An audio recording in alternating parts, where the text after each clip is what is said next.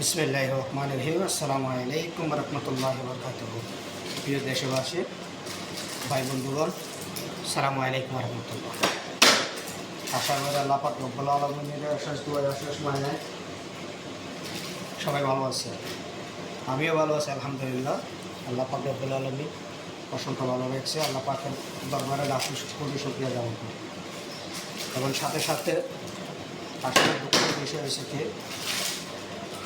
আমাদের বাংলাদেশে বর্তমানে এমন একটা কালচার হয়ে গেছে, ছেলে সন্তান যতক্ষণ বিয়ে করে না ততক্ষণ মা বাবার সন্তান থাকে, যখন বিয়ে করে না তখন বউয়ের সন্তান হয়ে যায়। আজকে বাবা মা এভাবে পরিশ্রম করে ছেলে সন্তানদেরকে মানুষের মতো মানুষ করে, অনেকে প্রবাসের মধ্যে পরিশ্রম করে, অনেকে দেশের মধ্যে পরিশ্রম করে, হাড়ভাঙ্গা পরিশ্রম করে, নিজের সব কিছু শখ আলাদা সব কিছু বিসর্জন দেয়।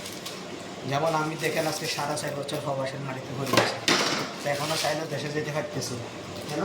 ওই যে ভবিষ্যৎ ছেলে সন্তান তাদেরকে মানুষ করার জন্য। তো এইভাবে সবাই, আমাদের বাবা মা আমাদেরকে মানুষ করছে, আপনাদের বাবা মা আপনাদেরকে মানুষ করছে। আমরা বিয়ে শাদী করার পর কী করি? মা বাবাকে খাওয়ান দিতে পারি না, মা বাবাকে ওষুধ খরচ দিতে পারি না, মা বাবা 500 টাকা চাইলে 100 টাকা চাইলে দিতে পারি না, মা বাবা পান সুগারের জন্য 10টা টাকা খুঁজলে আমরা দিতে পারি না। কিন্তু স্ত্রীর যদি কেউ কোনো কিছু বাহানা ধরে, ছেলে সন্তান কোনো কিছু বাহানা ধরে, আমরা সব কিছু দিয়ে দিই। আমরা তো তাদের ছেলে সন্তান আছে না, আমরা তো এভাবে বাহানা করছিলাম, তখন আমাদেরকে সব কিছু দিয়েছে না। তখন বাবা মা বৃদ্ধ এসে বাবা মাদেরকে আমরা দিলে সমস্যা কী?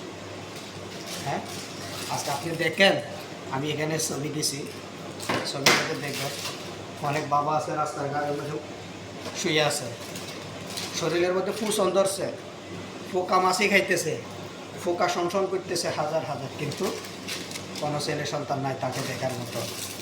বাবা মা ভাই কী চাই? 2 বেলা ভাত, 2 মুঠো ভাত, হয়তো একটু অসুস্থ হলে অল্প ওষুধ, আমরা এটা বাবা মাকে দিতে পারি না। শেষ আমরা কী করি? বাবা মাদেরকে বৃদ্ধাশ্রমে পাঠিয়ে দিই। কেন ভাই? ষোলোটার থেকে আমাদের বাবা মা আমাদেরকে রাস্তায় ফেলে দিছে, ডাস্টবিনে ফেলে দিছে, আমাদেরকে একটি আশ্রম কেন্দ্রে দিয়ে আসে। আমাদের বাবা মা আমাদেরকে তিলে যদি মানুষ করতে পারে, আপনি 10 বছর 20 বছর বাবা মার দায়িত্ব নিতে পারবো না। তো ওইসব কাপুরুষ সন্তানদেরকে বলতেছে যে বেঈমান মুনাফেক কাপুরুষ যারা আছে, নারী পুরুষ, আমি তাদেরকে বলতেছি, নিজেও বাবা হবে, নিজেও মা হবে। বৃদ্ধ কষ্ট হয়তো তোমারও সময় আসতে পারে, ভুলে যাইও না, নারী পুরুষ তোমরাও বাবা মা হবে। তো সময় থাকতে বাবা মার সেবা করো, বৃদ্ধাশ্রম থেকে নিয়ে আসবে। বাবা মা দুনিয়া খাবে না, অল্প ভাত ডাল ভাত, কত অল্প ওষুধ, কত অল্প সেবা যত্ন, 2 দিন পরে চলে যাবে। কিন্তু সে বাবা মাকে কষ্ট দিয়ে জাহান্নামটা নিয়েন না। ওই যে উপরা একজন আছে আল্লাহ পাক রব্বুল আলামিন, উনি সব কিছু দেখতেছে। আপনি দুনিয়াতে থাকতেই আপনি কষ্ট ভোগ করে দেখবেন, আপনি মনে করেন আপনি পার পাইবেন, আপনি যাই করবেন আল্লাহ পাক রব্বুল আলামিন আপনাকে সব কিছু দিয়ে যাবেন।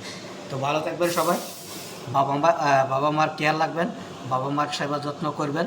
যাদের বাবা মা বৃদ্ধাশ্রমে আছে, আশা করি বাবা মাকে নিয়ে আসে সেবা যত্ন করেন। আসসালামু আলাইকুম।